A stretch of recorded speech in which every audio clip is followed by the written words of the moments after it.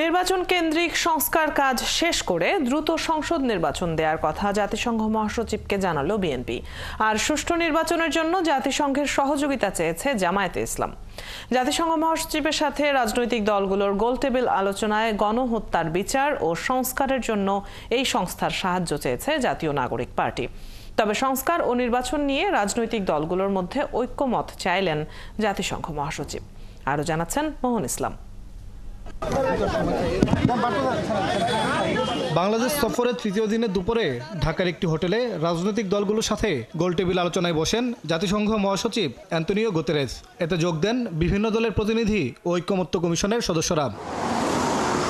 রাজনৈতিক দলগুলোর নেতারা পতিত আওয়ামী লীগ সরকারের মানবাধিকার লঙ্ঘনের নানা ঘটনা তুলে ধরেন। যারা গত 15-16 বছর ধরে যেই পরিবারটা বাংলাদেশকে শোষণ করেছে, নির্যাতন করেছে, তাদের সদস্যরা যেই নেপোটিজম, স্বজনপ্রীতির মাধ্যমে বাংলাদেশের অংশ হয়ে এই সব জায়গাতে কাজ পেয়েছে, আমরা বলেছি এই অ্যাপয়েন্টমেন্টগুলোকে রিভাইজ করবার জন্য। বাংলাদেশে যে রোহিঙ্গা শরণার্থী প্রত্যাবাসন সমস্যা, সেই সমস্যায় সমাধানের জন্য তার যে ইতিবাচক ভূমিকা, সেটা তিনি যাতে আরও জোরদার করেন সে বিষয়ে তাকে আমরা ধন্যবাদ এবং আরও আহ্বান জানিয়েছি। জাতীয় নাগরিক পার্টির নেতারা জুলাই গণহত্যার বিচার ও সংস্কারের জন্য জাতিসংঘের সাহায্য চান। গণঅভ্যুত্থান পরবর্তী সময়ে প্রেক্ষিতে যে সরকার গঠিত হয়েছে, সংস্কার এবং বিচার তার অন্যতম কমিটমেন্ট জনগণের কাছে।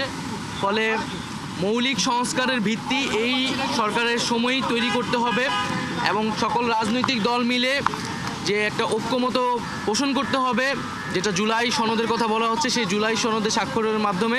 তবে নির্বাচন কেন্দ্রিক কিছু সংস্কার শেষে জাতিসংঘ মহাসচিবের কাছে দ্রুত নির্বাচনের তাগিদ দিলেন বিএনপি নেতারা।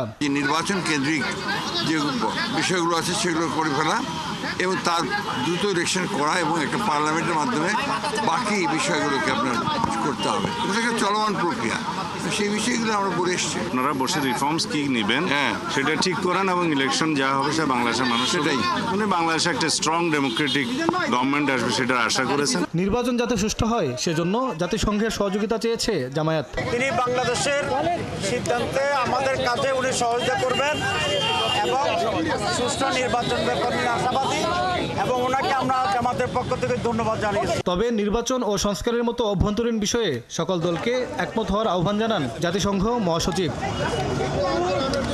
মোহন ইসলাম, ৭১, ঢাকা।